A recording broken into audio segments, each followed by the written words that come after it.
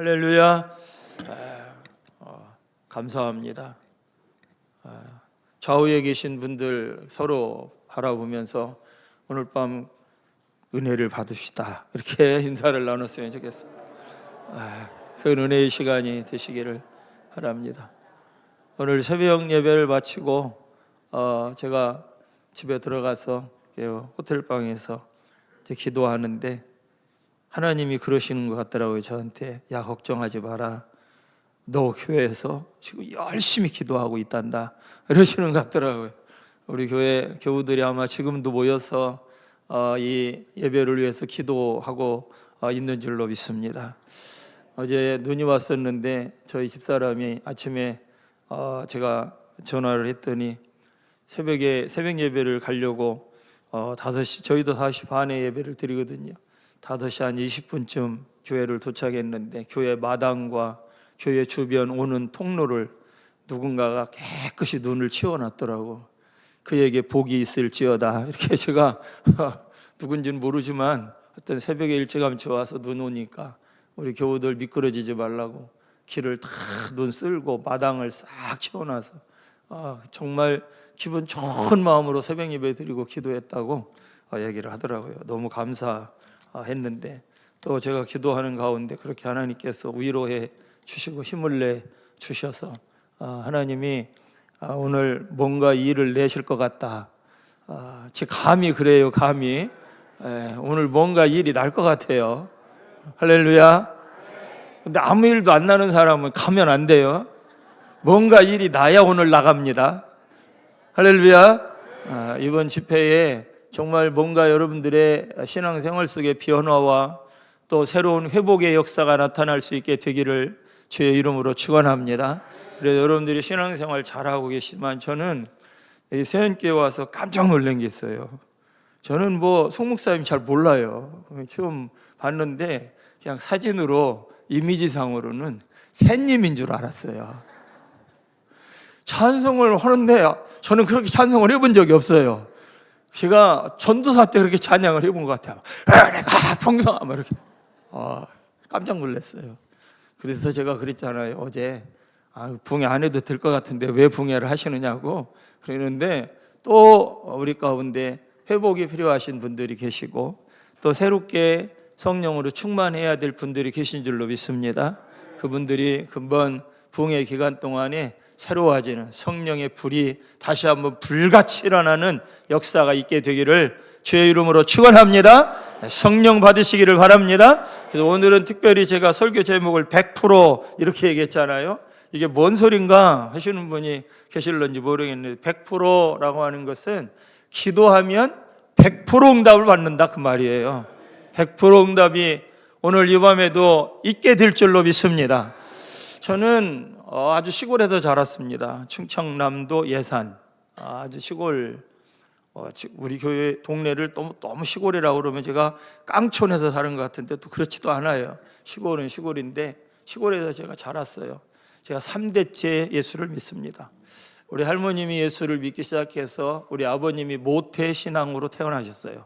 우리 아버님 모태신앙으로 태어나셔서 동네 사람들은 저희 아버님을 요셉이라고 이름을 붙여주셔서 요셉이라는 이름으로 사셨어요. 물론 이제 호적으로는 다른 이름이셨지만, 그리고 제가 이제 3대째로 태어나서 모태신앙에서 신앙생활을 잘하면서 자랐습니다. 그래서 저도 성탄절 때 되면 타이즈를 입고 누들보 사슴코는 매우 반짝이는 코 이거 하면서 이제 교회에서 성장을 했어요. 그렇게 이제 교회에서 쭉 자랐는데 저희 아버님이 늘 아침마다 예배를 드렸습니다. 제가 어렸을 때.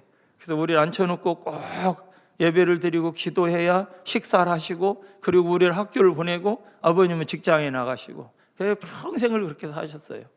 날마다 아침마다 하나님 앞에 예배를 드렸죠. 그런 환경 속에서 제가 자랐는데, 실질적으로 제가 예수님을 구주로 인격적으로 예수님을 만난 것은 고등학교 1학년 때예요.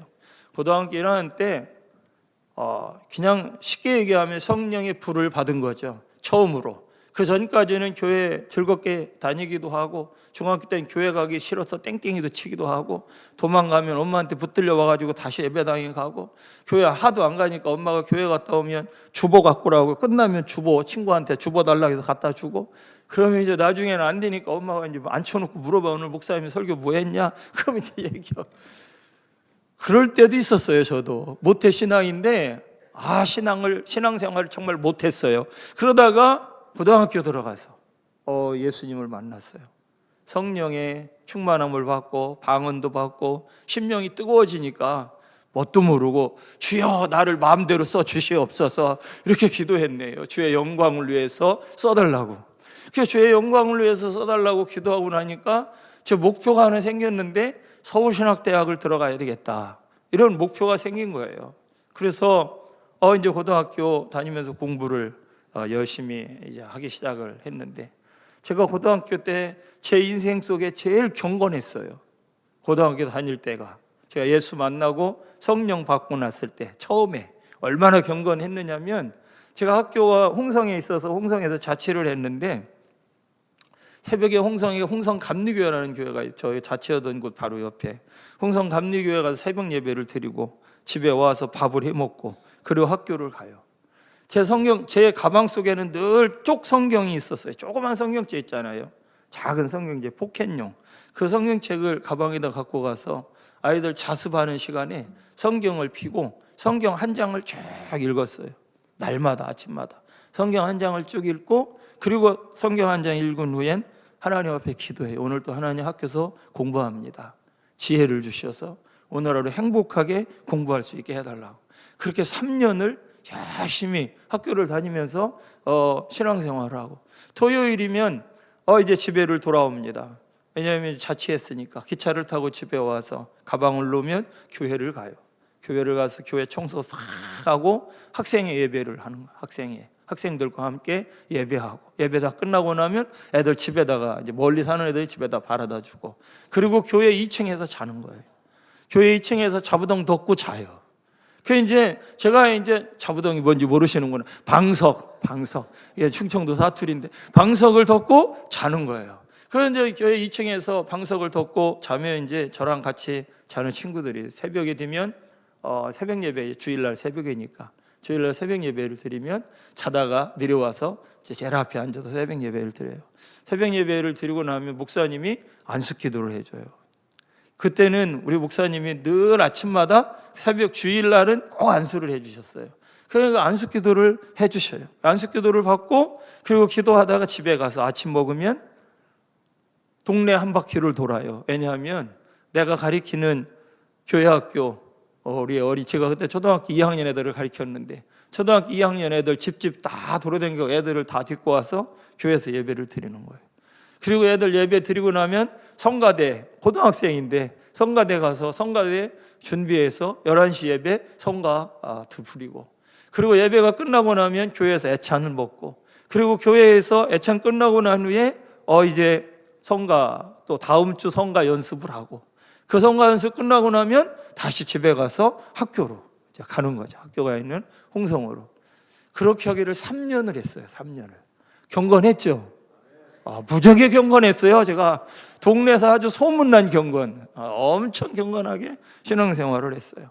그래서 3년 동안 이렇게 이제 기도하면서 새벽에 기도하는 기도의 제목, 하나님, 제가 서울신학대학을 가서 주의 종이 돼야 되는데 지혜를 주셔서 서울신학대학에 꼭 들어갈 수 있게 해달라고 하나님 앞에 은혜를 구하면서 날마다 그렇게 기도했는데, 그때 당시는 저희 바로 전까지는 예비고사라고 하는 이름으로 이제 대학 학력, 이제 대학 입시를 위해서 시험을 봤는데, 저희 때는 학력고사라는 이름으로 1회 예비고사라고 하는 이름이 바뀌어서 학력고사라고 하는 이름으로 제가 이제 시험을 봤는데, 그때는 예비고사를 보면 저는 늘 예비고사에서 예비고사가 더 이게 이제 몸에 익숙하죠, 입에.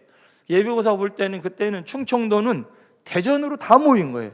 충청도에 있는 고등학교 3학년 학생들은 예비고사를 보기 위해서 대전 시내로 다 모이는 거예요. 대전 시내에 있는 학교에서 예비고사를 치렀으니까.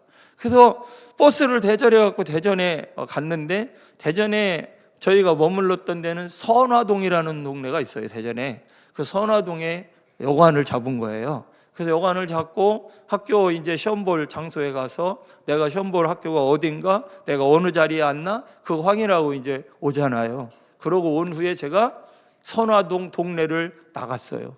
선화동에 여관에서 밖에 나가가지고, 나간 이유는 이 동네에 교회가 어디 있나 알고 싶어서 나간 거예요. 그래서 선화동에 여관에서 조금 나가니까 선화성결교회라고 하는 교회가 있더라고요. 그래서 그 교회는 새벽 예배가 몇 시인가 봤더니 새벽 예배 시간이 이제 주보에 나와 있어요.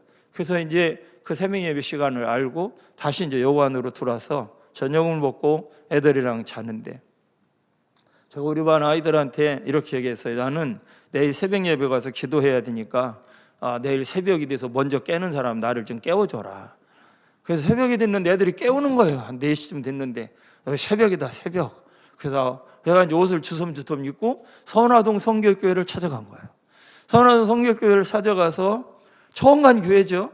찾아가서 거기서 새벽 예배를 드리고 강대상 앞으로 나가서 목사님 우리 목사님 기도하다가 이렇게 쳐다봐요. 왜 그러냐고. 그래서 목사님 드릴 말씀이 있습니다. 그랬더니 와서 물어보죠. 뭐 때문에 그러냐. 저는 그때 목사님이 누군지도 몰라요. 근데 이제 그 목사님께, 목사님 제가 실상은 서울신학대학을 지원해야 되는데 오늘 예비고사 보는 날인데 목사님 안수기도를 받고 싶어요. 그랬더니 그래? 그럼 여기 무릎 꿇어봐. 그래서 그분이 안수기도를 쫙 해주셨어요. 그래서 안수기도를 받고 그리고 기도하다가 이제 여관에 들어와서 학교 가서 예비고사 시험을 치렀어요. 경건하죠? 제가 싹시 괜찮잖아요? 싹이. 그렇게 하고 이제 서울신학대학을 들어온 거예요. 서울신학대학을 들어와서 이제 입학이 되니까 얼마나 감사한지, 내가 여기서 열심히 공부를 잘해서 멋있는 주의 종이 돼야 되겠다 원대한 꿈을 꾸고 서울신학대학 입학했는데 실상은 촌놈이잖아요. 서울신학대학에 들어왔는데 왜 이렇게 제가 초라한지, 다른 애들은 다 똑똑한 것 같고 다 쭉쭉 빵빵인 것 같고 나만 어세 찌그러진 이게 시골 촌놈 같은 거예요. 여기에 주눅이 확 드는 거예요. 처음에 학교 오자마자. 걔들이나 나나 큰 차이 없는데 실상은 다 촌놈들인데 저만 혼자만 촌놈인 줄 알아. 학교 생활이 별로 재미가 없어요. 그리고 서울신대 들어와서 공부를 해보니까 아이들이 다 경건한 줄 알았는데 경건하지 않은 거야. 시험 볼 때 컨닝도 하고 싸움도 하고 내가 계속 다녀야 되나? 그때 당시에는 아프타나스라고 하는 영어 선생님이, 미국의 선교사님이 우리나라 와가지고 이제 서울신대에서 영어를 가르쳤어요. 아프타나스. 그 아프타나스라고 하는 영어 선생님이 딱 교실에 딱 들으더니 Good morning, my name is 아프타나스. 그러고 뭐라고 했는지 몰라요. 그러더니 한참 있다가 빠이빠이 했는데 90분이 지난 거야. 중간에 아무것도 못 알아듣겠는 거예요. 굿모닝하고 빠이빠이만 알아듣는 거예요. 다른 거는 알아듣을 수 있는 말이 한 개도 없는 거예요. 그런데 이분은 수업을 하면 90분 수업을 하면 10분 출석 부르고 10분을 남겨놓으면 꼭 테스트를 해요. 그날 가리킨 거를. 뭘 알아들어야 테스트에 뭐 답을 쓰잖아요. 쓸 수가 없는 거야. 뭐라고 얘기는 하는데 또 자존심이 있어서 옆 사람 거 쳐다봐가며 쓰기는 그냥 소위 얘기하면 쪽팔리고, 그러니까 이름만 써서 내는 거예요. 이름만 써서. 학교 다니는 게 재미가 없어요. 그런데 애들을 보니까 막 컨닝 해가지고 자기가 알아듣지도 자기도 모르면서 막 답 써서 내고는, 내가 이런 학교를 계속 다녀야 되나? 뭐 이런 생각이 훅 들어오면서 이게 목회가 이게 쉬운 일이 아닌 것 같다. 내 학교를 졸업하기도 어려울 것 같다. 그래서 생각이 막 들면서 학교에 대한 회의, 공부에 대한 회의, 이런 게 막 이게 이제 그냥 물 밀듯이 밀려오는 거예요. 그래서 학교를 휴학했어요. 안 되겠다. 학교를 그만 댕겨야지. 그리고 1년 다니고 학교를 휴학하고 해병대 지원을 했어요. 그래서 해병대에 들어가서 정말 혹독한 훈련을 받고 나왔죠. 엄청 맞기도 많이 하고 기합도 많이 받고 정말 고생하면서 제대를 했는데 다시 학교를 가려고 하니까 별로 가고 싶지가 않은 거예요. 그렇게 고등학교 때 뜨겁게 막 새벽 예배 다니며 날마다 하나님의 주의 종 되겠노라고 그렇게 하나님께 기도했던 전데 실상은 복학할 생각이 전혀 들질 않는 거예요. 그래서 취직해야 되겠다 싶어가지고 취직자를 알아봤던 장로님이 저한테 좋은 취직자리가 있다고 알려주셨는데 동대문 종합시장에서 시동일을 구한다고 너 한번 해볼래? 그러시더라고요. 그래서 너무 좋다고. 거기서 어떻게 살아야 되냐 했더니 사장님이 먹여주고 재워주고 다 한다는 거예요. 사장님 댁에서. 이건 뭐 너무 좋은 일 아니에요? 그 사장님 집에서 먹고 자고 그러면 동대문 종합시장에서 일하기 시작했어요. 실상은 그때 이제 저희 집이 두 사람이 대학 다니기에는 조금 버거운 집이었어요. 시골이니까. 형님이 제가 군대 간 사이에 열심히 공부해갖고 재수리 갖고 대학을 들어갔네. 그러니까 형 등록금을 내가 대줘야 되겠다 싶어가지고 제가 열심히 돈을 벌어서 저 월급 받으면 그걸 다 형한테 주는 거야. 형이 학교 이거 갖고 가서 학교 다니라고. 저는 하나도 안 써요. 그냥 형 다 주는 거예요. 그렇게 이제 동대문 종합시장에서 열심히 일하면서 돈 벌어서 형 뒷바라지 이렇게 이제 하기 시작을 했는데 어느 날부터인가 제 마음속에 이런 생각이 드는 거예요. 내가 여기서 계속 있어야 되나? 내가 여기서 이렇게 시동이로 장사를 배우려고 내가 여기 생활해도 되나? 이런 생각이 어느 날 훅 들어오기 시작하니까 이게 고민이 되는 거예요. 내가 이러면 안 되는 것 같은데, 다니던 학교를 다녀야 될 것 같은데 라는 생각이 자꾸만 마음속에서 들어오는 거죠. 근데 장사를 해보니까 조금만 더 배우면 저도 돈 벌겠더라고요. 조금만 더 배우면. 그리고 우리 사장님이 저한테 야 병관아, 내가 너 가게 하나 내줄 테니까 내 밑에 조금만 더 있어라. 유혹을 하니까 이게 솔깃도 하고 조금 더 있어 가게 하나 내주면 나도 뭔가 한번 해볼 만할 것 같은, 돈 좀 벌 것 같은 생각이 막 들어오기도 하는데 한편으로는 계속 제 마음속에서 너는 여기서 살 사람 아니잖아 라고 하는 생각이 계속 들어오는 거예요. 장사하시는 분들도 많이 계신데 그것도 참 복된 일이잖아요. 그런데 저는 어렸을 때 하나님 앞에 헌신한 게, 약속한 게 있어서 그런지 자꾸만 그런 마음이 자꾸만 들어와요. 그런데 그런 마음이 들어오는데도 목회를 해야 된다라고 하는 생각이 실상은 들어오질 않아요. 하지만 어느 날 결단을 했어요. 제가 일단은 학교를 복학은 해야 되겠다. 학교를 마치기는 데까지 공부는 해야 되겠다. 목회는 하지 않더라도 가서 공부는 해야 되겠다. 그래서 이제 다니던 직장을 사표를 내고 학교에 다시 복학을 했어요.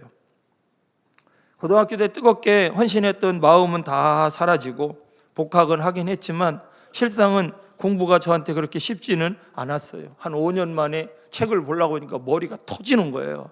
그러니까 안 하던 공부 하려고 하니까 너무 힘들고. 그런데 또 목회 생각을 해보면 깝깝하고 나는 그러니까 목회는 할 수 없겠다. 그래서 공부를 해서 저는 이제 기독교 교육을 전공했거든요. 그냥 기독교 교육 전공했으니까 열심히 교육학에 치중을 해가지고 교사 자격증을 따서 그래서 아이들을 가르치는 교사가 돼야 되겠다. 저는 그때 그래서 공부해가지고 윤리 이제 교사 자격증을 땄거든요. 그래서 이제 윤리 교사 자격증을 위해서 이제 공부를 하면서 학교를 다녔어요. 그러던 해에 그 복학했던 해죠. 복학했던 해 이제 제가 섬기는 교회에서 청년들과 함께 수련회를 하는데 수련회 주제가 나는 누구인가라고 하는 주제였어요. 근데 그때 강사로 온 친구가 저 대학교 동창이었어요. 저랑 동기는 졸업하고 전도사님이 돼서 강사로 온 거예요. 그래서 네가 강사냐? 그랬더니 그렇다는 거예요. 그래서 나는 아직 학교 졸업을 해도 아직 몇 년 남았다. 그러면서 같이 이런 이야기를 하는데 주제가 나는 누구인가 라고 하는 주제 아래 청년들이었으니까 그러니까 이제 그 주제 아래 그 이제 2박 3일 동안 청년 수련회를 하는 거예요. 그 수련회가 끝나고 났는데 갑자기 제 마음속에 난 누구지? 하는 생각이 훅 들어온 거예요. 난 누구지? 가만히 생각해 보니까 제가 그냥 내 이름은 전병권이라는 건 알겠는데 하나님 앞에서 내가 어떤 존재인지, 내가 누구인지에 대한 답이 없는 거예요. 이거는 이제 소위 정체성, 나는 누구인가, 이게 정체성이라고 얘기를 하는데, 내가 누구인가를 알아야 실상은 내 인생을 어떻게 영위해 나갈 것인가가 답이 나올 것 같은데, 내가 누구인가에 대한 답을 하지 못하니까 앞으로 내가 무엇을 하며 살아가야 될 것인가에 대한 그림이 그려지지를 않는 거예요. 정체성이 참 중요하거든요. 나는 누구인가. 바울 선생님은 자기의 정체성이 정확했어요. 그래서 바울은 항상 편지를 쓸 때 뭐라고 쓰느냐면 예수 그리스도의 종 바울이라고 자기 자신을 항상 표현을 해요. 예수님의 종 바울. 그게 바울의 정체성이었던 거죠. 내가 누구인가를 알아야 내가 무엇을 하며 살 것인가가 답이 나올 텐데, 내가 누구인가가 도대체 답이 안 나오니까 도대체 난 누구지? 난 누구지? 이런 생각을 늘 하다가 안 되겠다. 이 문제를 해결을 받아야 되겠다. 이런 생각이 들어서 오살리 금식 기도원에 올라갔어요. 일주일을 작정하고 하나님 앞에 그 기도원에 올라가서 기도하기 시작했어요. 하나님, 제가 금식하며 기도하는 이유는 딱 하나입니다. 내가 누구인지를 가르쳐 주십시오. 이것만 알면 저는 금식 끝내고 내려갑니다. 하나님, 내가 누구입니까? 내가 누구입니까? 하나님, 정말 나는 하나님 앞에서 내가 누구인지를 알고 싶습니다. 하나님 앞에 아무리 기도해도 아무 소리 안 들리는 거예요. 첫날, 둘째 날, 셋째 날, 넷째 날 가서 하루에 4번 예배 드리고, 예배 다 드리고 나면 남은 시간에 다 기도할 때 저는 그 기도굴에 들어가서 하나님 앞에 엎드려서 막 기도하는 거예요. 하나님, 나는 누구인가요? 하나님 앞에서 내가 누구인지를 알아야 제가 어떻게 살지를 정하고 살을 수 있을 것 같습니다. 그런데 아무런 응답이 없어요. 금요일 밤이 되면, 내일이면 토요일이라 내려가야 되는데 금요일 밤이 됐는데도 아무런 응답이 없는 거예요. 뭔가 하나님이 말씀해 주시면 좋겠는데 설교를 통해서도 들리는 말씀이 없고, 기도하면서 제게 감동이 오는 것도 없고, 답답해서 기도굴 속에 들어가서 하나님 앞에 막 소리 질러가며, 내가 큰 거를 요구하는 것도 아니고 내가 누구인지만 알려주면 되는데 왜 이렇게 안 알려주느냐고. 나 내일이면 내려갈 텐데 금식 그만하고 내려가야 되는데 여태 안 가르쳐주면 어떡하느냐고. 밤에 그 기도굴에 들어가서 하나님 앞에 막 기도하는데 훅 하고 제 가슴 속에 들려오는 소리가 있었어요. 그날 뭐라고, 어떤 소리가 들려왔느냐면 이렇게 들려왔어요. 야, 네가 누구냐? 넌 내 아들이야. 그 이야기가 여러분 지금 생각하면 이게 참 별것도 아닌 것 같고 우스운 얘기 같은데, 저는 그게 진짜 정말 간절한 기도 제목이었기 때문에 하나님께서 제 마음속에 딱 들려주시는 너는 내 아들이다 라고 하는 음성이 딱 들려오는 순간 얼마나 좋은지, 아 그렇구나, 나의 정체성은 내가 하나님의 자녀라는 거지, 하나님의 아들인 거지, 내가 하나님의 아들이지 라고 하는 생각이 막 확 들으니까 이제 내일 내려가도 되겠다 하고 막 이제 막 찬양이 막 나오기 시작을 하는 거예요. 그러니까 여러분들 같으면 뭐 그런 거 갖고 기도하나 하시는 분이 계실런지 모르지만 저는 그때는 저에게 있어서 너무 중요한 일이었던 거예요. 그래서 하나님이 저한테 너는 내 아들이야 라고 하는 말씀을 들려주시고 난 후에 하나님 아버지만 부르면 눈물이 나는 거예요. 하나님이 내 아버지시구나, 이 생각만 해도 막 가슴이 막 뭉클하고 눈물이 막 나는 거예요. 그래서 기쁜 마음으로, 즐거운 마음으로 그 기도원에서 내려와서 이제 열심히 공부를 했죠. 그렇다고 뭐 장학금 받아가며 공부한 건 아니고 아버지 장학금 받아가며 열심히 이제 공부를 해서 졸업을 했어요. 여러분은 하나님 앞에서 여러분들이 누구라고 생각하십니까? 주님 앞에서, 하나님 앞에서 여러분들이 누구인지를 깨달아야 우리의 인생길을 바르게 걸어갈 수 있는 줄로 믿습니다. 주님의 음성을 들어야 돼요. 주님의 음성. 그래서 하나님 앞에서 나를 찾아야 돼요. 이게 너무나 중요합니다. 특별히 청년들은 청년의 시대에 자기의 정체성을 발견해야 돼요. 내가 어떤 존재인지, 하나님 앞에서 내가 누구인지를 발견하면 내 삶의 방향이 정해지는 것입니다. 많은 사람들이 하나님 앞에서 내가 누구인지를 모르기 때문에 삶의 방향을 정하지 못하고 죄의 길로 자꾸만 가는 거예요. 그래서 성경은 우리들에게 여러분 모두가 하나님의 자녀라고 말씀해 주고 있습니다. 믿습니까? 하나님은 우리 모두의 아버지이신 줄로 믿습니다. 여러분들이 어떻게 하나님의 자녀가 되었습니까? 하나님의 자녀가 된 것은 예수 그리스도를 믿음으로 말미암아 우리 모두는 하나님의 자녀가 되는 축복을 누리게 된 줄로 믿습니다.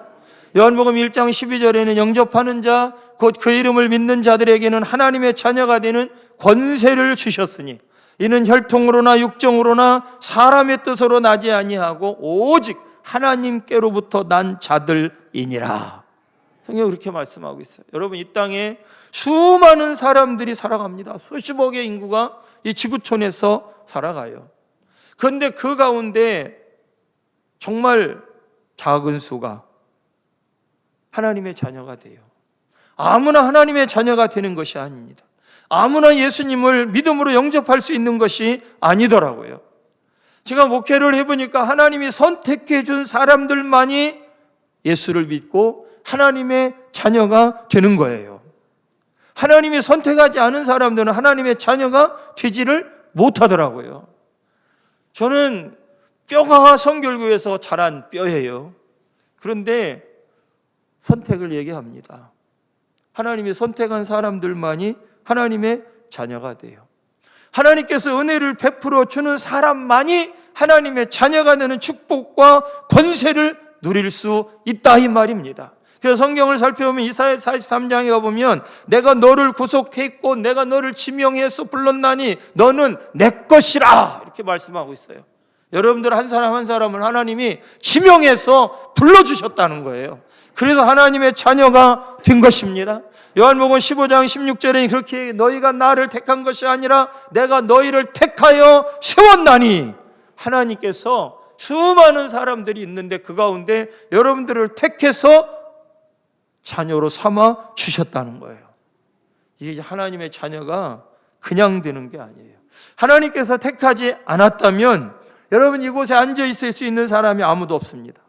여러분은 다 하나님의 택함 받은 사람들인 줄로 믿습니다.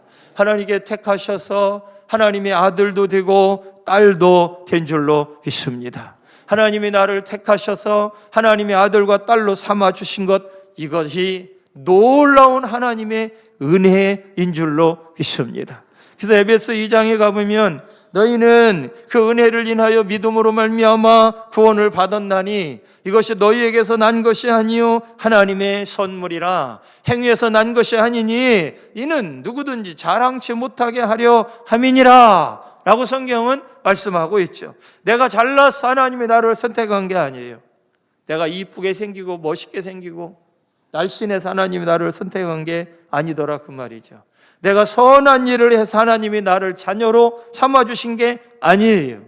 하나님이 수많은 사람 가운데 우리를 딱 집어서 지명해서 선택해 주셔서 우리가 아무 공로 없지만 하나님의 자녀가 되는 축복을 누리게 된 줄로 믿습니다. 적어도 저와 여러분은 하나님으로부터 택함받은 사람, 하나님의 자녀들인 줄로 믿습니다. 여러분, 하나님의 자녀인 우리들에게는 놀라운 특권이 주어져요. 하나님의 자녀인 우리들에게 하나님께서 주시는 특권 가운데 최고의 특권은 오늘 제가 말씀드리려고 하는 기도할 수 있는 특권인 줄로 믿습니다. 여러분, 아무나 하나님 앞에 기도할 수 있는 것이 아니에요. 기도는 기도할 자격 있는 사람이 기도해야 하나님께서 응답해 주시는 것입니다. 기도할 자격도 없는 사람이 하나님 앞에 기도하면 하나님이 그 기도를 들어주시지 않아요.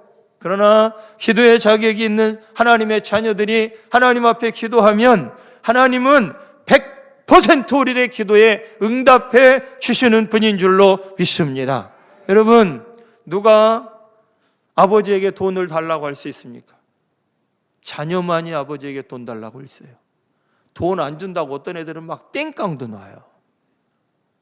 자녀의 특권 때문에. 내 아버지가 아닌데 돈 달라고 그러면 그 사람이 화를 내요. 너 누군데 나한테 돈 달라고 그러느냐고. 근데 아버지는 화를 없으니까 화를 내기도 하지만 어떻게 해서든지 달라고 하는 돈 마련해서 등록금도 주고 생활비도 주고 살아갈 수 있도록 우리를 서포트 해줘요. 왜냐하면 아버지이시기 때문에. 여러분, 기도는 자녀만이 할 수 있어요.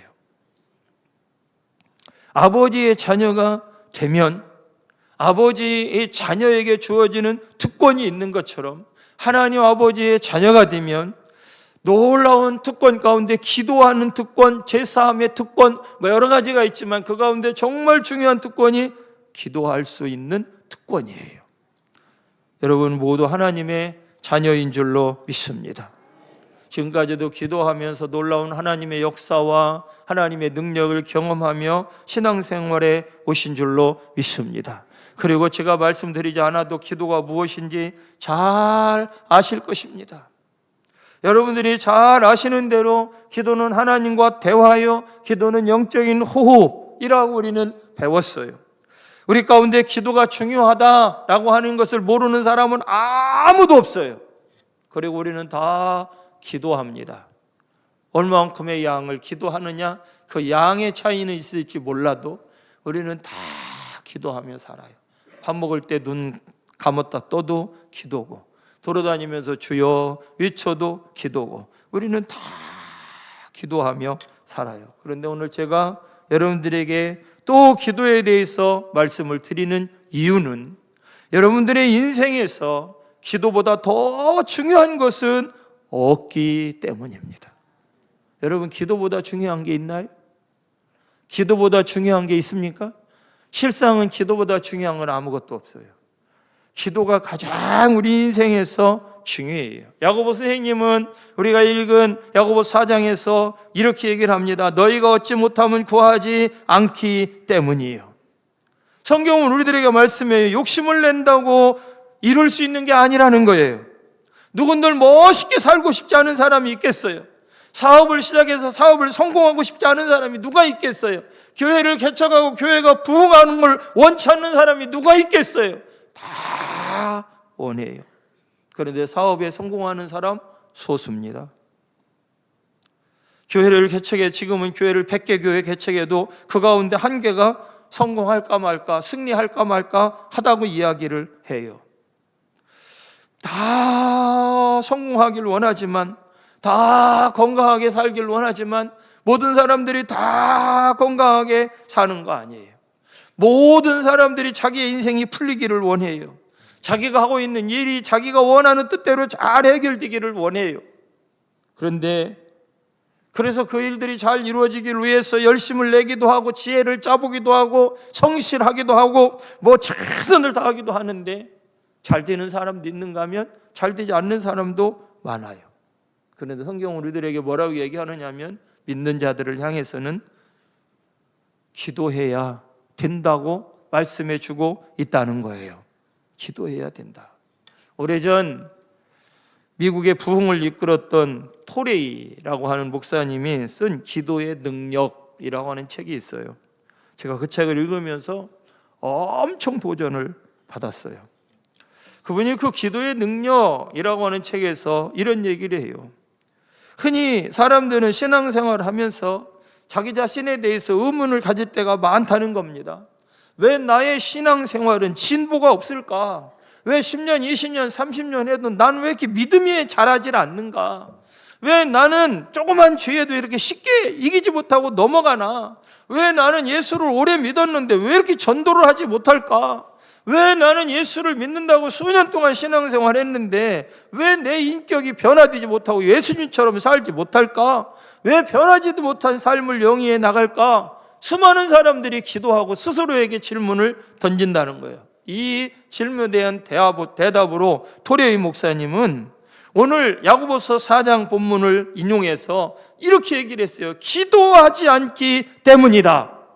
오늘 본문은 너희가 얻지 못하면 구하지 아니하기 때문이요 라고 성경은 말씀하고 있는 거예요. 너희가 얻지 못하면 구하지 아니하기 때문이다. 구하지 않기 때문에 우리가 얻지 못한다는 거예요. 그러니까 너희가 얻지 못하면 구하지 아니하며, 이 짧은 구절 속에 하나님께서 우리에게 들려주고 싶은 메시지가 그대로 담겨 있는 거예요. 많은 사람들이 성공하기를 원하지만 성공하지 못합니다. 그 이유가 무엇일까? 구하지 아니하기 때문이다. 기도의 태만, 기도의 게으름 때문이다. 교회가 왜 부흥하지 않을까? 기도하지 않기 때문이다. 왜 여러분의 삶 속에 문제가 해결되지 않을까? 기도하지 않기 때문이다. 왜 실패할까? 왜 늘 마귀의 유혹에 넘어질까? 기도하지 않기 때문이다. 이 나라의 기독교 인구가 확산되지 못하는 이유가 어디에 있다고 생각하십니까? 여러분, 우리가 기도하지 않기 때문이에요. 이 나라의 미신이 성행하고 우상 숭배가 자연스럽게 확산되어 가는 이유, 그건 우리 믿는 우리들이 기도하지 않기 때문이에요. 너희가 얻지 못하면 구하지 아니하기 때문이요. 여러분, 예전에는 기도원마다 사람들이 꽉꽉 찼어요. 하지만 지금은 기도원이 다 문 닫습니다. 아무도 기도원에 올라가서 금식하며 기도하려고 하지 않아요. 사람들이 기도원에서 꽉꽉 차서 기도할 때는 우리나라는 영적인 부흥이 일어났을 뿐만 아니라 경제적인 부흥도 일어났어요. 자신들이 애쓰고 사업을 잘해서 경제적인 부흥이 일어난 것 같지만 절대 아닌 거예요. 70년, 80년대는 기도의 불이 붙어서 정말 기도원마다 뜨겁게 나라와 민족을 위해서, 경제를 위해서 정말 기도하는 사람들이 너무나 많이 있었던 거예요. 그런데 지금은 기도하지 않습니다.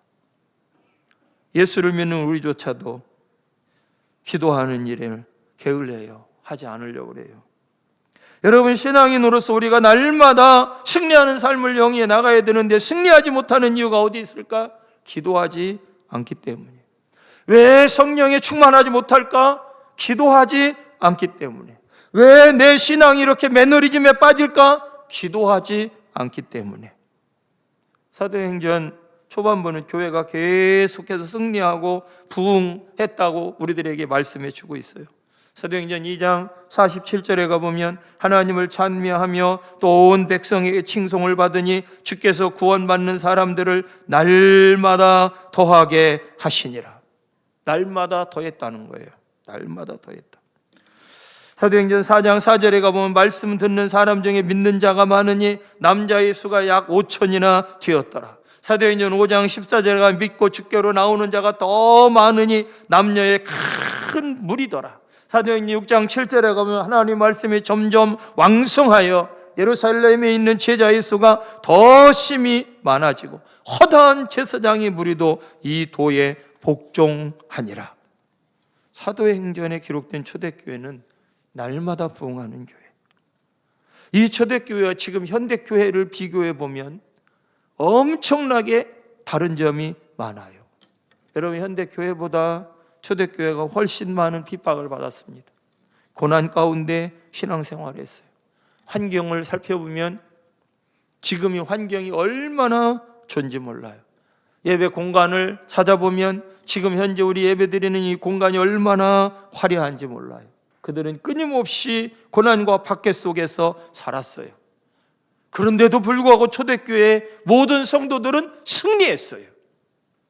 그 비결이 어디에 있었을까요? 기도했기 때문이에요. 죄송하지만 세연교회도 그럴 것 같아요. 현안교회였을 때 아주 작은 교회이지 않았습니까? 환경이 열악하지 않았습니까? 물지개를 짊어지고 물동이를 떠다가 먹어야 하는 그런 산동네 아니었습니까? 그때 신앙생활 하셨던 분이 얼마나 계신지는 알 수 없지만 그때 성도들의 마음이 얼마나 뜨거웠습니까? 그러니까 여기 와서 땅을 사서 교회를 진 거 아니겠어요? 지금은 엄청 교회 아름답게 지어졌지 않습니까? 어떻습니까? 그때와 지금을 비교할 때 여러분들의 심령이 영적으로 어떠냐 그 말이에요. 너무나 좋은 교회, 너무나 아름다운 환경, 너무나 좋은 위치에서 복음을 전하고 신앙생활을 하는데 그때와 지금을 비교할 때 여러분, 그때 기도하던 그 기도가 지금도 살아 기도하고 있습니까? 우리의 모습을 직시할 줄 알아야 돼요. 사도행전 2장 42절에 가면 저희가 사도의 가르침을 받아 서로 교제하며 떡을 떼며 기도하기를 전혀 힘쓰니라. 여러분, 초대교회는 기도하는 교회였습니다. 초대교회는 가끔 모여서 기도하는 교회가 아니에요. 일주일에 한 번 기도하는 교회가 아닙니다. 부흥회 때 한 번 기도하는 교회가 아니었어요. 초대교회는 날마다 계속해서 끈질기게 기도하는 일에 전력했던 교회가 초대교회였던 거예요. 몇 사람만 모이면 기도하는 교회, 정말 흩어지면 또 모여서 기도하는, 초대교회는 그런 교회였었다고요. 사도행전 6장 4절에 가보면 그들은 기도에 자신들을 아주 바쳤어요. 그래서 뭐라고? 우리는 기도하는 것과 말씀 전하는 것에 전무하리라. 다른 거 안 하겠다는 거예요. 기도하고 말씀 전하는 일에만 최선을 다하겠다는 거예요. 오로지 기도에 힘쓰겠다, 전념하겠다는 거예요. 기도하는 일에 자신을 바쳤다는 거예요. 저는 여러분들이 부흥회를 끝나고 교회를 위해서 기도하는 일에 여러분들이 전념하고 여러분들을 바쳐서 정말 틈틈이 하나님 앞에 나와 교회와 하나님의 나라와 복음을 위해서 기도할 수 있는 신앙인들이 여기저기서 우죽순들이 일어날 수 있게 되기를 주의 이름으로 축원합니다. 축원합니다. 여러분들이 기도해야 이 나라가 살고, 여러분들이 기도해야 이 교회가 새롭게 부흥의 기쁨을 만끽하게 될 줄로 믿습니다.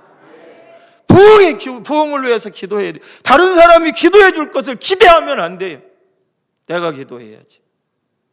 누가 기도해 주기를 바랍니까? 나보다 젊은 사람들이 기도해 주기를 원하나요? 아닙니다. 기도해야죠.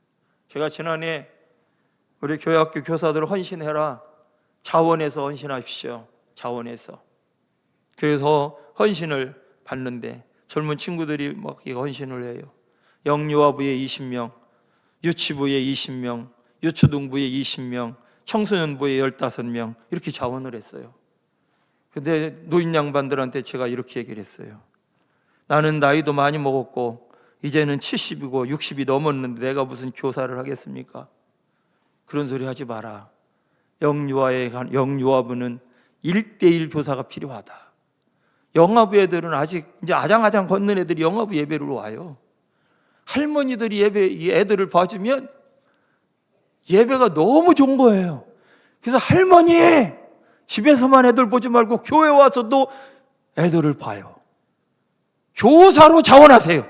그랬더니 할머니들이 다 손들었어요. 자기도 교사하겠다고. 단 자기 손자는 보면 절대 안 된다. 자기 새끼는 보면 안 되고 다른 애를 봐줘라.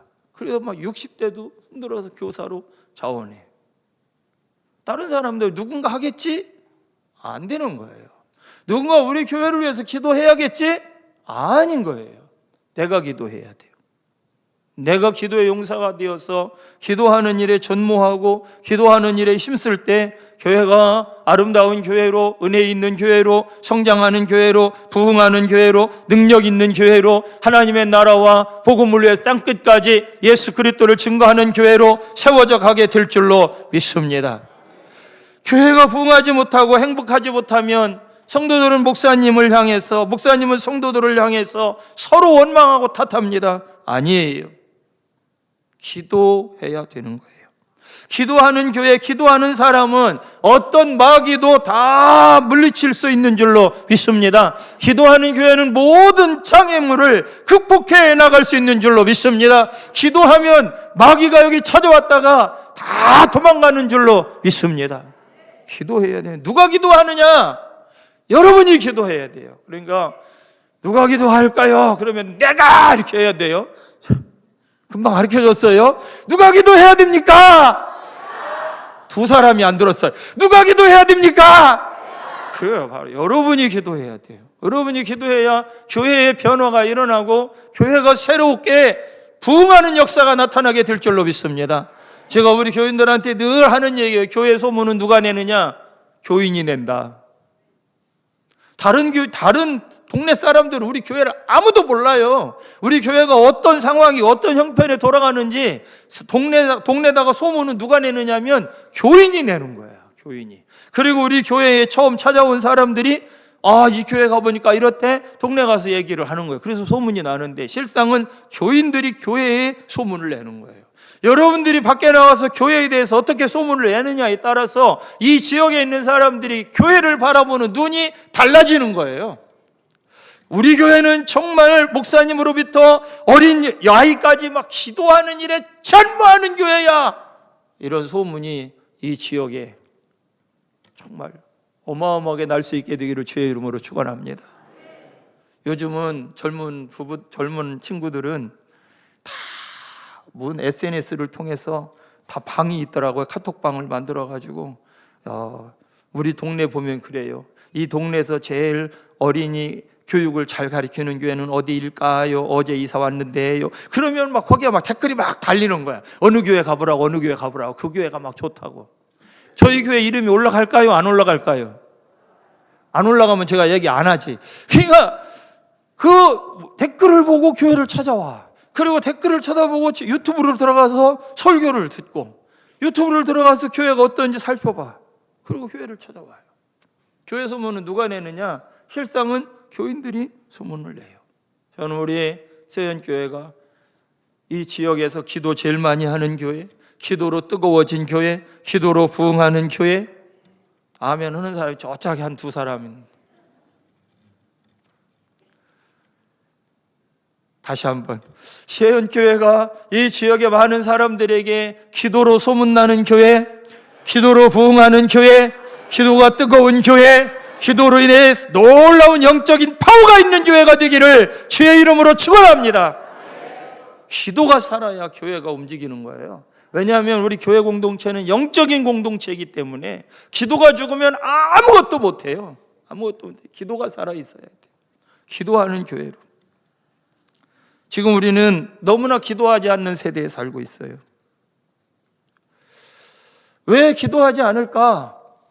기도한들 무슨 소용이 있나? 라고 하는 부정적인 생각들이 많이 있기 때문에, 기도의 능력을 신뢰하지 않기 때문에. 하지만 여러분, 지금도 여전히 기적은 일어나고 있는 줄로 믿습니다. 하나님은 지금도 우리의 기도를 들으시고 역사하시는 분인 줄로 믿습니다. 이사야 59장에 보면 여호와의 손이 짧아 구원치 못하심이 아니요 귀가 둔하여 듣지 못하심도 아니라 오직 너희 죄악이 너희와 너희 하나님 사이를 내었고 너희 죄가 그 얼굴을 가리워서 너희를 듣지 않으시게 함이니 라고 성경은 말씀하고 있어요. 기도는 하나님의 무한한 은혜와 능력의 창고의 문을 여는 열쇠인 줄로 있습니다. 하나님의 창고에는 보화가 가득 담겨 있어요. 그 창고의 키가 무엇이냐면 기도예요. 이 기도의 키로 창고 문을 열면 하늘 보화에 쌓여있던 것들이 이 땅에 다 임하게 되는 줄로 믿습니다. 너희가 얻지 못함은 구하지 아니하기 때문이에요. 여러분, 성경은 기도해서 하나님의 놀라운 능력을 경험했던 사람들의 이야기들을 수도 없이 많이 기록해 놓고 있어요. 여러분, 그 가운데 한 사람을 예를 들면 히스기야 왕이 있잖아요. 그는 이사야 선지자를 통해서 삶을 정리하라고 하는 하나님의 메시지를 들었어요. 이젠 올라와야 될 때가 됐다. 네 삶을 정리해라. 그 이야기를 들은 히스기야는 하나님 앞에 나가서 간절히 기도하기 시작했어요. 하나님, 내가 지금까지 정말 하나님 앞에 진실되게 살았던 나의 모습을 긍휼히 여겨 주셔서 나를 조금만 더 살게 해 주시옵소서.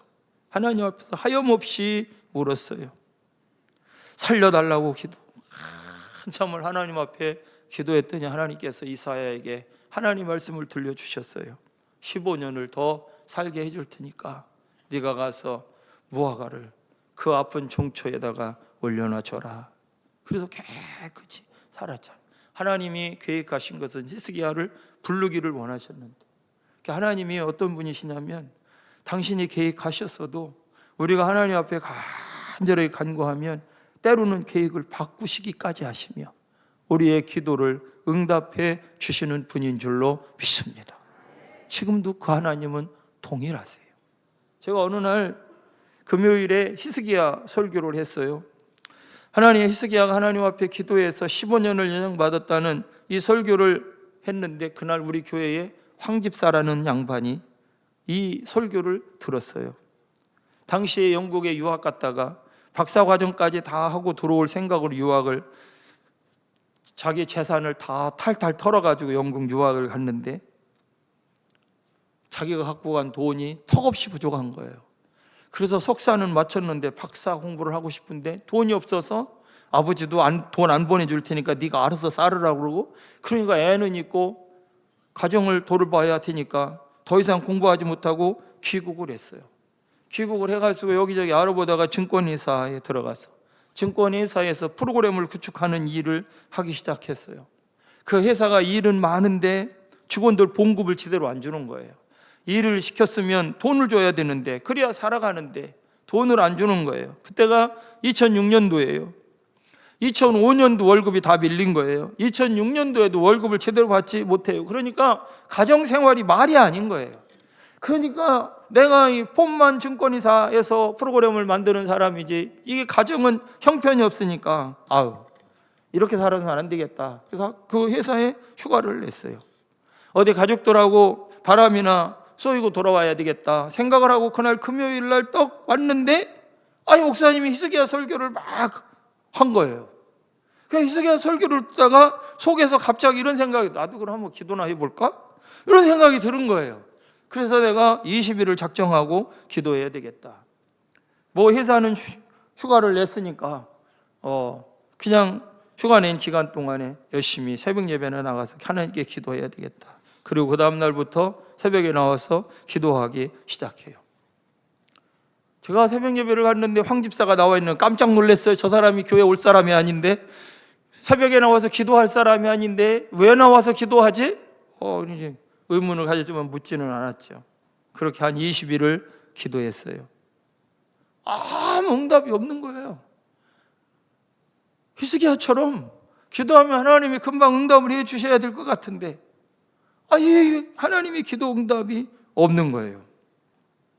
그래서 제가 그냥 바람이나 쐬고 와라.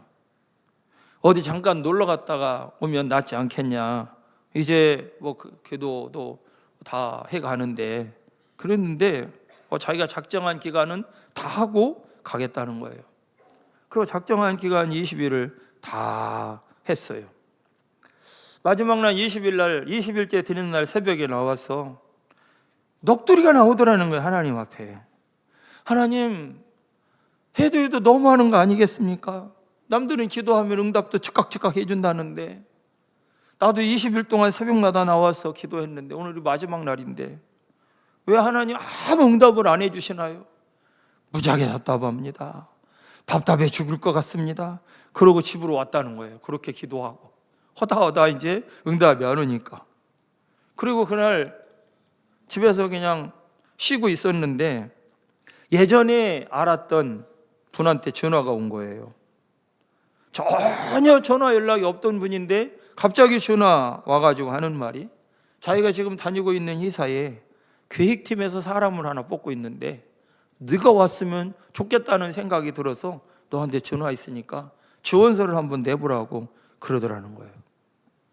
그래서 거기 회사에 지원서를 낸 거예요. 거기 회사에 지원서를 냈는데 됐겠어요? 안 됐겠어요? 안 됐으면 제가 이 얘기를 안 하지. 회사가 된 거예요. 그 회사가 어디냐면 대명 홍천 비발디를 만든 회사 기획팀의 일원이 돼서 거기로 뽑혀서 들어갔어요. 재밌는 것은 그 황 집사에게 첫 번째 주어진 임무, 회사 직원이 딱 되자마자 첫 번째 그가 해야 될 임무가 뭐였느냐면 가족 4식구를 데리고 홍천에 있는 대명 비발디에 가서 일주일 동안 그곳에서 머물면서 모든 시설물을 다 경험해보고 느낀 점을 레포트로 써내세요. 이게 이제 첫 번째 그에게 주어진 임무였던 거예요. 입이 막 여기까지 찢어진 거야. 내가 놀러 갈 생각도 했는데 하나님이 얼마나 세밀하신지, 나를 취직을 시켜줬을 뿐만 아니라 첫 번째 자기가 해야 될 일로 일주일간 휴가 속에 대명 비발디에서 실컷 놀다가 오라고 하는 게 회사에서 자기에게 주어진 임무라고 좋아가지고 일주일 동안 거기 가서 신나게 놀다가 왔잖아요. 지금 이제 시간이 이제 많이 지났잖아요. 지금은 뉴욕 지사장이 되어서 뉴욕 지사에서 근무하고 있어요. 대명 비발디의 지금 뉴욕 대표입니다. 여러분, 하나님은 우리가 기도하면 다 들어주시는 줄로 믿습니다. 그래서 제가 제목을 100%라고 써놓은 거예요. 100%. 왜 하나님은 너희가 얻지 못하면 구하지 아니하기 때문이다 라고 말씀을 하고 있을까요? 기도하지 않는 것은 하나님을 불신하는 행위이기 때문이에요. 여러분, 여러분을 선택하신 하나님이 어떤 분이십니까? 여러분은 하나님을 정말 신뢰하십니까? 여러분, 하나님 앞에 기도하면 하나님께서 여러분들의 기도에 응답해 주신다고 하는 사실을 진짜로 신뢰하십니까? 그럼 왜 기도하지 않습니까? 정말 하나님이 내 기도에 응답해 주신다는 것을 신뢰하면 우리는 하나님 앞에 열심히 기도해야 될 줄로 믿습니다. 여러분, 하나님이 어떤 분이십니까? 하나님은 여러 가지로 헌법에 기록하고 있지만 하나님은 영원하신 분이죠. 영원하신 분일 뿐만 아니라, 영원하시다라고 하는 것은 아주 오래전에 계신 하나님일 뿐만 아니라 지금도 동일하게 역사하시는 하나님이시라고 하는 사실이죠. 그 하나님은 또 전지하신 하나님이심을 성경은 우리들에게 보여주고 있는 거 아니겠습니까? 전지라고 하는 여러분들의 일거수일투족 우리의 모든 형편과 상황을 다 아시는 분이 여호와 하나님이신 줄로 믿습니다. 그래서 하나님은 우리의 중심을 보시는 거예요. 우리의 모든 것을 아시기 때문에 우리의 속사람을 보는 것입니다. 겉모양만 보지 않아요. 속을 보는 거예요. 그래서 속이 진짜 중심으로 여호와 하나님을 의지하면 하나님께서 그의 삶을 책임져 주시는 줄로 믿습니다. 우리의 앉고 일어섬을 다 아시는 분이 여호와 하나님이신 줄로 믿습니다. 여러분들의 고통을 아십니다. 여러분들의 고민을 아십니다. 여러분의 답답함을 아십니다. 여러분의 기쁨을 아시는 분이 우리가 믿는 여호와 하나님이신 줄로 믿습니다. 전지하신 하나님이십니다. 저는 목회하면서 하나님은 내 생각까지도 아시고 내 생각까지도 일이 될 수 있도록 역사하는 분이시구나 라고 하는 것을 아주 오래전에 깨달았어요. 생각만 해도 응답해 주시는 하나님. 한번 따라서 해보세요. 생각만 해도 응답해 주시는 하나님. 여러분이 그런 하나님을 경험해 보신 적 있습니까? 네. 생각만 해도 응답해 주시는 분, 우리의 모든 것을 다 아시기 때문에. 개척을 하고 3년이 지나니까 우리가 모이던 예배 처소가 좁아지기 시작했어요. 처음 개척할 때 아무도 없이 아내랑 둘이 예배를 드리기 시작했는데 3년 되면서 한 30여 명, 40여 명 이렇게 모임을 갖기 시작하면서 우리가 좀 더 큰 건물을 얻어야 되겠다 생각이 들어서 하나님께 기도하기 시작했어요. 그때 하나님께서 예비해 주신 70평짜리 건물을 얻어서 이전할 수 있도록 하나님이 은혜를 베풀어 주셨어요. 거기서 열심히 전도했습니다. 그 동네의 아파트를 제가 그림으로 다 그렸어요. 아파트마다 그림을 쫙 그려 1층에서 20층까지 1호, 2호, 3호, 4호 쫙 20층까지 아파트 동마다 1동, 2동, 3동, 4동 A4 용지 다 딱 놓고 다 그렸어요. 전도로 나가서 1동에 1층 101호 띵동 띵동. 이 사람은 가능성이 있네. 가능성 있음. 이 사람은 욕하고 들어갔음. 다 적었어요. 다 적고 이제 그 다음에 갈 때는 가능성이 있는 집만 골라서 가는 거예요. 나를 박대하지 않은 집들. 샤워하고 있어! 샤워하고 있다 그러네? 다음에 와야지. 그럼 이제 그 다음 주에 가갖고 눌러서 지난주에 샤워하고 계셨죠? 지금도 그러신가요? 이렇게 눌러가면 열심히 막 전도하고. 그랬더니 교회에 사람들이 붙기 시작해서 한 70여 명이 이렇게 이제 예배 인원이 막 모이기 시작을 했어요. 그렇게 이제 몇 년을 거기서 사역을 하면서 교회가 이제 부흥해서 교단에서 개척해서 교회가 성장하고 있다고 이게 표창장도 주더라고요. 그래서 표창장도 받으면서 열심히 사역을 해나가는데 은근히 마음속에 이런 생각이 들어요. 언제까지 우리가 교회 건물을 빌려서 이렇게 예배를 드려야 되나? 우리도 조그만 땅이라도 땅을 하나 사서 교회를 줬으면 좋겠다. 제가 처음에 개척할 때는 건물 없는 교회를 하고 싶었어요. 그런데 목회를 하다 보니까 그게 쉽게 안 되더라고요.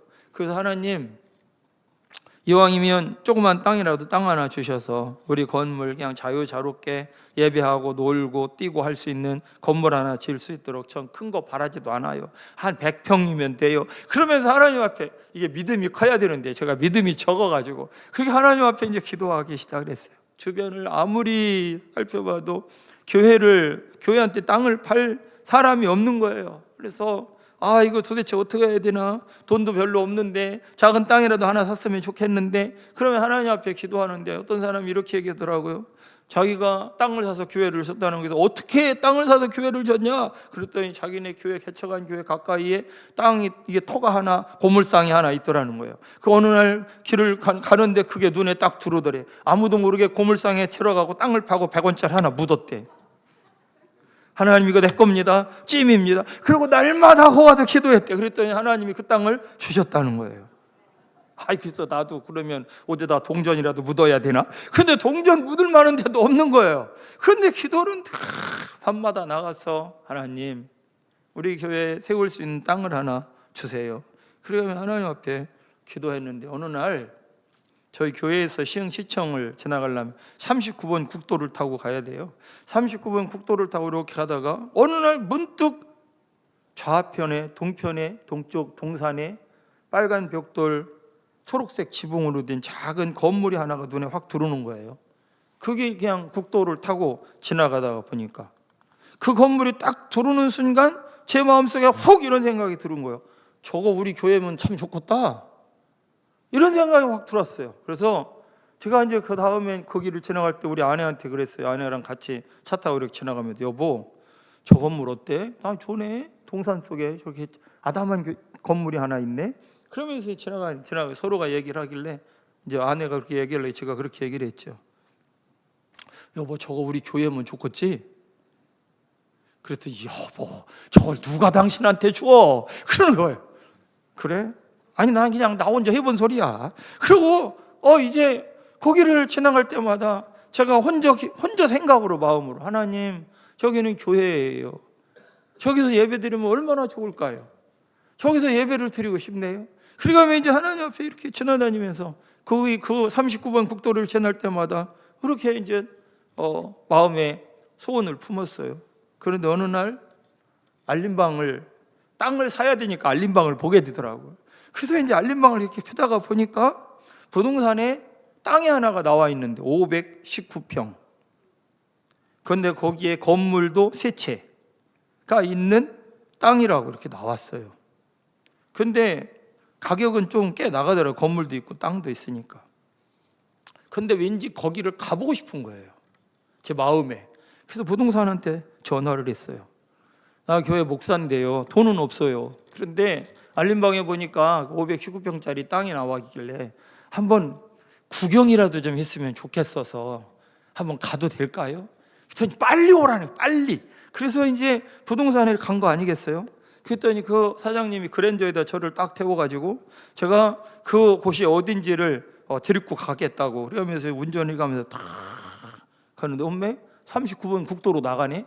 39번 국도로 쫙 나가더니 제가 지나다니면서, 저긴 하나님 교회이고 교회였으면 좋겠어요, 저거 나한테 주시면 안 될까요? 했던 그 땅 주차장으로 딱 가서 파킹을 딱 하는 거예요. 그러면서 여기에요, 이렇게 얘기는 둘러보는 순간 막 가슴이 뛰기 시작하는 거예요. 이게 막 뛰는 거예요. 이게 가슴이, 이게 웬일이지? 이 땅이 났단 말이야? 이건 틀림없이 하나님이 나한테 준 거야, 이런 생각이 막 확 들어. 우리 교회한테 준 거라고. 그래서 제가 많지도 않은 집사님들 다 모이라고 그랬어요. 남자 집사님들 다 모여라.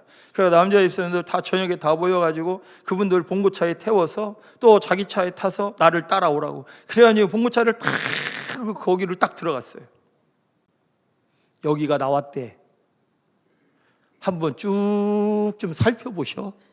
그랬더니 쭉, 근데 여긴 왜 봐요?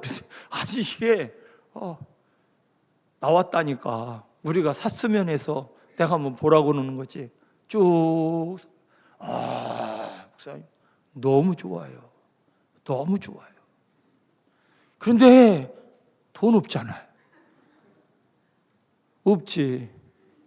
아니 보기만 하라는 거야. 보기만 하라는 거. 그리고 이제 마음속에 저는 막 가슴이 막 뛰기 시작을 하니까 그래서 이제 돌아오고 난 후에 제가 교회에 공포를 했어요. 그런 땅이 났는데 하나님 우리한테 주시는 것 같다.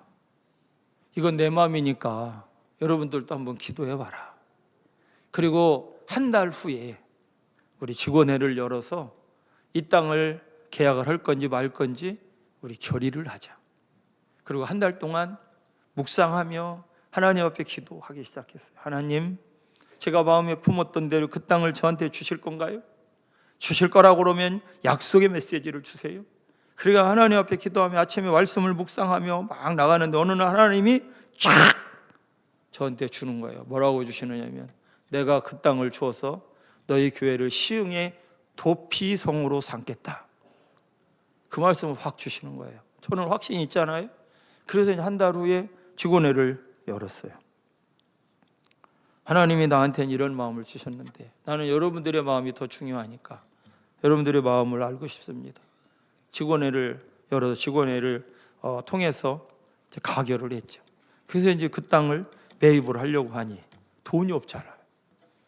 돈이 그 땅을 사야 되는데 돈이 없으니까 이걸 어떻게 하면 좋을까? 우리 했던 형편되는 대로 자원해서 저는 지금까지 목회를 하면서 한 번도 그 작정이라고 하는 걸 해본 적이 없어요. 그냥 자원해서 원하시는 만큼 하고 나머지는 하나님이 알아서 하실 테니까 그냥 자원해서 각자 할 만큼 헌금을 하시라. 그래서 이제 헌금을 하고 부족한 돈은 주님께 간구하면 은행에 돈이 많단다 이렇게 이제 얘기를 하시니까 은행을 의지해서 그 땅을 매입을 했어요. 매입을 하고 그러고 났는데요. 그게 마음에 품었던 생각을 하나님이 응답해 주신 거 아니겠어요? 그러고 났는데 한 2년인가 지났는데 우리 교회 앞에 39번 국도가 확장이 되는 거예요. 2차선 왕복 4차선이었던 데를 이제 왕복 6차선 8차선으로 만드는 그런 이제 확장 공사가 시작돼서 이제 시에서 땅을 매입하겠다는 거예요. 그런데 반대할 수도 없고 반대한다고 안 될 수도 없고 그래서 120평을 내주었는데 은행에서 빌린 돈 다 해결이 되고 제가 살 만한 아파트도 하나 구입을 하고 그러고도 돈이 남아서 쌓아놨다가 그 다음에 저희 516평 샀던 땅 바로 뒤에 700평 땅이 나와서 그거를 몇 년 후에 그 땅까지 샀어요. 하나님이 놀라우신 분이시더라고요. 내가 마음에 품은 것까지도 하나님이 다 알아요. 그래서 내가 마음속에 품은 것을 하나님께서 내가 너를 얼마나 사랑하고 네 교회를 얼마나 사랑하는지를 내가 눈으로 보여줄게. 그러면서 하나님께서 그걸 선물로 탁 주는 거예요. 그래서 지금은 이제 교회를 이전했지만 거기가 재개발돼서 거기서 20년을 살았어요. 20년을 살면서 계속 하나님께서 우리에게 주신 메시지는 시흥의 도피성이라고 하는 메시지를 하나님이 주셔서 우리는 지금도 시흥의 도피성으로 사명을 감당할 수 있게 해달라고 전도하러 갈 때 우리 동네만 전도하러 가지 않아요. 시흥시 사방을 전도하러 다니는 거예요. 그 교회 거기서 교회를 시작할 때 옆에 몇 킬로 떨어진 곳에 능곡이라고 하는 단지가 생겼어요. 거기가 이제 아파트가 막 짓기 시작하고 땅을 막 파는데 어느 날 이런 생각이 드는 거예요. 능곡 땅을 위해서 우리가 가서 기도해야 되겠다. 그래서 전도팀 다 모이라고 전도팀을 듣고 능곡 땅이 보이는 산 꼭대기 올라가서 막 수손을 들고 막 주여를 외치면서 이 능곡 땅이 하나님의 나라가 될 수 있게 해달라고 막 교회가 들어오면 교회가 부흥할 수 있게 해달라고 엄청 기도하고 왔는데 놀라운 건요. 몇 년 전부터 능곡 단지에서 사는 사람도 우리 교회로 얼마나 새신자가 들어오는지 시간이 많이 지났거든요. 그런데 하나님께서 그때 기도도 하나님이 다 능곡에 살고 있는 사람들도 차를 끌고 저희 교회까지 찾아오는 거예요. 어느 날 아침에는 집사람이 저한테 이러더라고요. 여보, 오늘은 이상하게 꽃게찜이 먹고 싶다. 저는 꽃게를 싫어해요. 왜냐하면 꽃게는 먹잘 게 없어. 뭐 씹으면 씹히는 것 같은데 이빨만 아프고 막 먹고 나면 다 이런 데가 헤어져. 속이 막. 그래서 다리 이렇게 잘못 물으면 물 쭉 나가고. 난 정말 별로 안 좋아하는데 꽃게찜 먹고 싶다. 아내가 꽃게찜 먹고 싶다 그러니까 저 웬일이야. 꽃게를 다 먹고 싶어. 이제 그러면서 그래? 그러면 언제 뭐 시간 내서 꽃게찜 먹으러 가지 뭐. 그러면서 제가 출근을 했어요. 출근해서 사무실을 앉았는데 한 10시가 넘었는데 어떤 전화벨이 울려서 전화를 받았더니 목사님, 저 강집사예요. 그래 전화가 왔어요. 웬일이세요? 그랬더니 오늘 저녁에 목사님 시간 좀 내주실 수 있으세요? 왜 그러시는데요? 그랬더니 드릴 말씀이 좀 있어요. 왜 무슨 일 있어요? 그랬더니 아니에요. 큰 일은 아니고 갑자기 목사님하고 식사나 하면서 이렇게 이런저런 얘기 나눴으면 좋겠어요. 그러면서 뭐라고 얘기해요? 바로 뒤이어서 혹시 목사님 꽃게찜 좋아하세요? 은행동에 가면 맹순이 꽃게찜이라고 있는데 오늘 저녁에 그곳에서 만나면 안 될까요? 나는 안 좋아하지만 우리 집사람이 꽃게찜을 먹고 싶다고 했으니까 오케이! 그러죠. 그리고 그날 저녁에 꽃게찜을 먹은 거 아니에요? 야, 하나님은 우리의 생각까지 들어주시는 분이에요. 여러분 그럴 때요 내 몸이 전율을 느끼는 거예요. 짜릿짜릿치는 거예요. 막 그리고 여기에 막 쓰는 거 있잖아요. 털이. 하나님께서 생각만 해도 응답해 주시는 분이시구나. 여러분 생각을 많이 해야 됩니다. 믿음으로 생각을 하면 하나님께서 그 생각도 들으셔서 가장 좋은 길로 인도해 주시는 줄로 믿습니다. 저희 집사람이 그 교역자 팀 모였을 때 그 셀 모임에서 이 간증을 했다는 꽃게찜 간증을 했는데 교육전사님이 사모님이 그걸 귀담아 잘 들었는데 그 다음 모임 때 모였는데 참 사모님 신기해요. 그러면서 뭐라고 얘기하느냐면 아침에 국수가 먹고 싶어서 오늘은 왠지 국수가 먹고 싶다. 그런데 혼자 집에 앉아서 국수 삶아 먹자니 왠지 철학 맞은 것 같고 그 신랑 올 때까지 기다리자니 시간이 오래 걸릴 것 같고 국수가 먹고 싶다 그랬는데 앞동에 살고 있는 집사님이 전화를 하셔가지고 사모님 국수 삶았는데 먹으러 오지 않으실래요? 그러더라고요. 그래가지고 그 교육전사님 사모님이 뭐라고 해요? 사모님 저도 사모님처럼 될라나 봐요. 그 둘이 막 그냥 같이 셀 모임에서 행복하게 하나님이 그런 분이신 줄로 믿습니다. 하나님은 여러분의 형편을 다 아십니다. 여러분들의 속 마음을 아세요. 여러분들의 기도를 아십니다. 하나님을 너무 과소평가하지 마세요. 우리는 너무 하나님을 과소평가해요. 내가 믿는 만큼만 하나님을 믿어요. 내가 아는 만큼만 요 정도 내가 할 수 있는 만큼 하나님은 하실 수 있을 거라고 생각을 해요. 그런데 그렇지가 않은 거예요. 하나님은 전능하신 하나님이시니까. 전능하신 하나님이 누구라고요? 우리의 아버지시라고. 여러분 아버지이신 하나님은 부자인 줄로 믿습니다. 아버지가 미국 사람이면 영어도 잘하더라고요. 아들들이. 저는 잘 못하는데 한국 사람이라. 아버지가 어떤 사람이냐에 따라서 인생이 달라지는 거예요. 첫 출발이 틀려지는 거죠. 그런데 우리 아버지는 무수부재하시고 전능하시고 전지하시고 시공간을 초월하실 뿐만 아니라 영원하신 분인 줄로 믿습니다. 하나님이 누구십니까? 안타깝게도 많은 사람들이 자기 능력만큼 하나님을 믿으려고 그래요. 하나님은 전능하신 하나님이신 줄로 믿습니다. 전능하신 하나님. 한 가지만 더 간증을 하고 우리 같이 기도하는 시간을 가졌으면 좋겠습니다.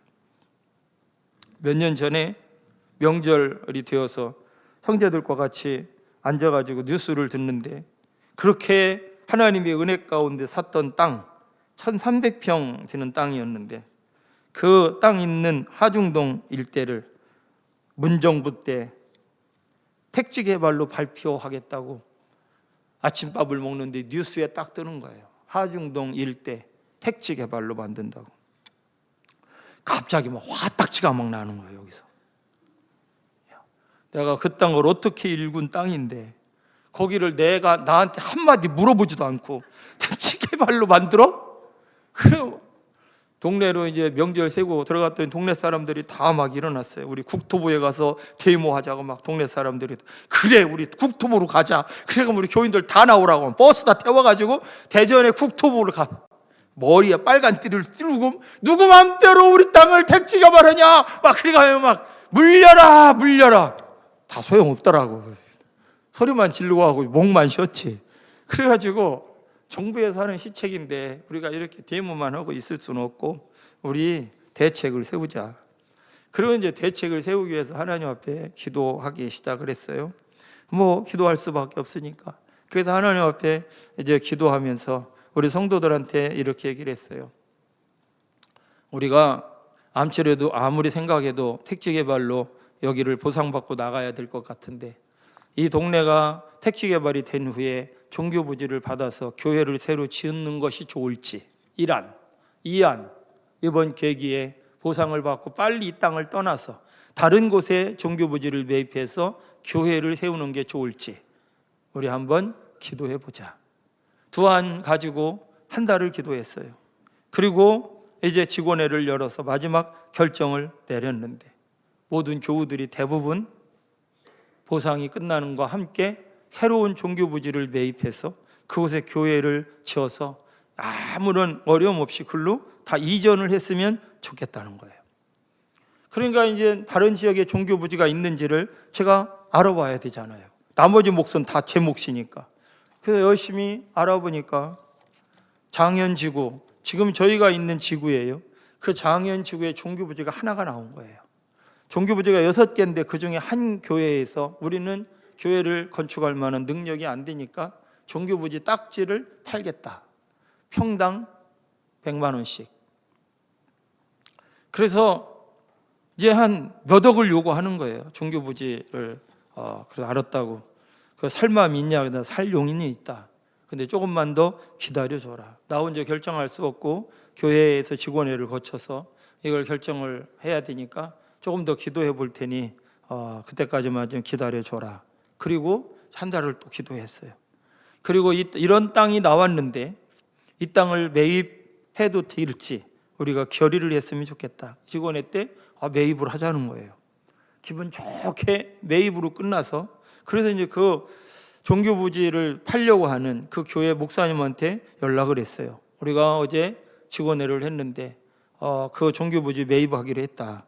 우리 만나서 계약을 하자. 그랬더니 이분이 이러는 거예요. 어제 다른 교회가 와가지고 가계약을 했다고. 어제 와서 누가 했대요. 그래서 가계약금을 얼마나 주고 갔냐. 그랬더니 1,000만 원인가 2,000만 원인가를 주고 가계약하라고 갔다는 거예요. 난감한 거예요. 그 교회 하나 바라보고 교인들과 같이 한 달 동안 기도하고 직원회를 해서 결의를 했는데 이게 뭐지? 내가 잘못한 건가? 이런 생각이 확 들면서 뭐지? 이런 생각이 들었는데 그 양반이 이렇게 얘기를 해요. 목사님을 내가 평상시에 잘 알고 가게한 사람은 잘 모른다는 거예요. 그런데 목사님이 확실히 산다고 하면 가계약을 취소하고 목사님한테 줄 테니까 목사님이 다시 진짜 계약을 하자는 거예요. 그래서 제가 목사님 가계약도 가계약 진짜 계약인데 가계약이라고 취소하면 그 교회는 여기 땅 계약 있다고 좋다고 했을 텐데 그럼 그 교회는 어떡하라고 나한테 다시 주겠다고 그럽니까? 나는 그렇게는 못하니까 그냥 그 교회한테 그 땅을 파세요. 그 땅 이주권이죠. 이주권을 파세요. 그러고 나니까 난감한 거예요. 교회는 보상을 받고 장현직으로 들어가 거기에 종교 부지를 매입해서 교회를 세우자고 결의를 했는데 이게 안 되니까 이거 어떻게 해야지? 그래서 하나님 앞에 기도하기 시작했어요. 하나님, 이거 어떻게 하면 좋아요? 우리는 나가야 되는데 갈 데는 없고 종교 부지를 매각하겠다고 나선 교회는 하나도 없는데 이 주권을 파는 교회가 나와야 우리가 그걸 사서 거기에 교회를 지을 수 있을 텐데 하나님 이거 어떻게 하면 좋아요? 그래 하나님 앞에 간절한 마음으로 몇 날 며칠을 기도했는데 어느 날 어떤 목사님이 전화를 했어요. 전 목사님, 그래서 네, 그랬더니 종교부지를 살 마음 아직도 있어? 그래서 있죠. 근데 종교부지가 없잖아요. 아니야, 있어. 오늘 내가 아침에 모 교회 목사님을 만났는데 종교부지를 팔겠대. 빨리 다른 사람 가기 전에 가서 만나서 빨리 효부를 봐. 그런 얘기를 해요. 그래서 바로 전화해 그분한테. 그 종교부지를 매각할 계획입니까? 그랬더니 자기는 이미 다른 곳에 교회를 졌고 다시 그곳에 교회를 짓기에는 역부족이기 때문에 그 종교부지 자리를 매각할 계획을 갖고 있다. 단 4억을 줘야 된다. 400평이니까 4억을 줘야 된다. 그래서 알았다고. 이주권 비용은 당연히 내야 되니까 드릴 테니까 우리랑 계약을 했으면 좋겠다고. 그러고 돌아왔는데 그 교회의 부목이 목사님의 아들이었어요. 근데 그 부목이 반대라는 거예요. 우리가 거기 가서 교회를 줘야 되는데 왜 종교부지를 신현교회에다가 파냐. 팔 수 없다. 담임 목사랑 부목사랑이 옥신각신 막 서로가. 그래서 더 기도를 좀 해달라는 거예요. 담임 목사님이. 자기는 거기 가서 질 여력이 없는데 부목이 아들이다가 보니까 아들이 젊은데 자꾸 거기 가서 교회를 짓는다고 얘기를 하니까 이게 지금 아주 머리 아프다는 거예요. 그래서 나보고 기도를 좀 해달라고 그래서 막 열심히 기도해. 2달 만에 연락이 왔어요. 계약을 하자. 엄마가 이제 이긴 거예요, 아들을. 그래서 거기를 매입을 하게 된 거죠. 매입을 해보니까 먼저 살라고 했던 땅보다 평수가 50평도 더 커요. 그리고 위치도 훨씬 좋아요. 먼저 매입하려고 하던 땅보다. 여기는 뭐 도로도 좋고 이렇게 애찬실에서 딱 앉았으면 앞에가 산이에요. 탁 산 쳐다보면 밥 먹으면 너무 좋은 거예요. 그래서 그거를 매입해서 거기다가 교회를 세웠어요. 낙심하지 않고 하나님 앞에 간구하며 기도했더니 하나님께서 그 땅을 매입할 수 있는 은혜도 허락해 주셨고 거기다가 하나님이 그곳에 교회를 세울 수 있도록 대출의 길도 이 얘기도 하고 싶은데 이해하면 밤 10시가 될 것 같아서 대출의 길도 하나님이 열어주셔서 그 이사장님이 제가 만나서 쫙 브리핑을 했더니 이사장님 대출 담당 과장 올라오라고 하세요. 그래서 대출 담당 과장이 올라오니까 여기 목사님 이거 서류 잘 확인하고 필요하다는 만큼 대출 좀 해드려. 그래가지고 거기서 대출해가지고 교회가 일사천리로 교회가 됐어요. 야, 하나님께서 하시는 일이 얼마나 놀라운지. 모든 것을 합력해서 선을 이루시는 전능하신 하나님. 그 하나님 앞에 기도하면 하나님께서 우리에게 가장 좋은 것을 허락해 주시는 줄로 믿습니다. 너희가 얻지 못하면 구하지 아니하기 때문이요 간구하지 않기 때문에 하나님의 역사와 하나님의 능력을 체험하지 못하며 무기력한 신앙생활을 우리들이 영위해 나간다 그 말이죠. 하나님 앞에 간구하고 기도하면 하나님의 역사를 체험하며 하나님의 능력을 경험하며 하나님의 임재 속에 승리하는 삶을 영위해 나가는 신앙인이 될 수 있는 줄로 믿으시기를 바랍니다. 지금까지도 그런 역사와 그런 하나님의 능력을 수도 없이 여러분들은 경험해 온 줄로 믿습니다.